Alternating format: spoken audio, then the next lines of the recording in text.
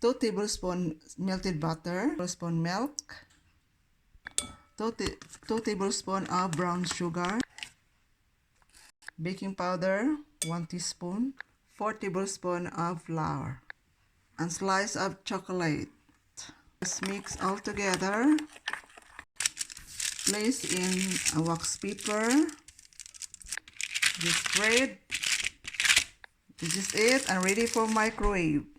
Microwave for 1 minute. This is it and let it cool. Now let's try. Yummy. Look at that.